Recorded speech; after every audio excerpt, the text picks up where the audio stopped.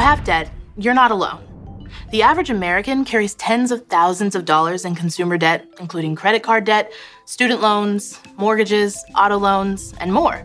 If you're juggling multiple debts with varying interest rates and minimum payments, it can be overwhelming to know where to begin. Sarah has some tips on starting a plan, though. Let's see what she has to say. As far as putting extra money towards a specific loan, there are a few things you should consider when crafting your repayment plan.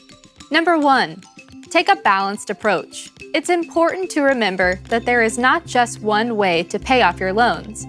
You have to choose what works for you. That being said, it's wise to prioritize paying off the debt with the highest interest rate first, like your credit card bills. You'll save money on interest and raise your credit score in the process. Talk about a win-win. Number 2, be mindful of the 10% rule. The 10% rule refers to your credit utilization. Your credit utilization ratio is the difference between your credit limit and what you owe. It represents the amount of available credit you're currently using. Say you have a credit card with a credit limit of $5,000 and an outstanding balance of $250. Your credit utilization would be 5%, because 250 divided by 5,000 equals 0.05. This ratio is important because it makes up 30% of your credit score. If you have a high credit utilization ratio, you probably have a low credit score. Financial experts recommend using 7 to 10% of your available credit.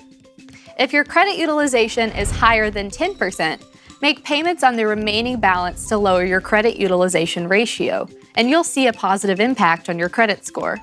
And number 3, start small. Another important number is your debt-to-income ratio, also called DTI. This number is calculated by dividing your monthly debt payments by your monthly gross income. If you have a high DTI, you will likely have a high credit utilization ratio, which we already know factors in for 30% of your total credit score. Paying off small balances to lower your utilization rate will improve both your ratio and your credit score. This method is also referred to as the debt snowball. Start with your smallest debt and work your way up to your larger balances to chip away at debt and stay motivated at the same time. Shameless plug. Bankrate has a free calculator that can easily help you determine your DTI. We'll link it for you in the episode description. No matter which repayment strategy you choose, the key is to be consistent. While you won't see your debt disappear overnight, if you make a plan and stick to it, you'll start to see those numbers drop with time. Head over to our next lesson to learn more about debt consolidation.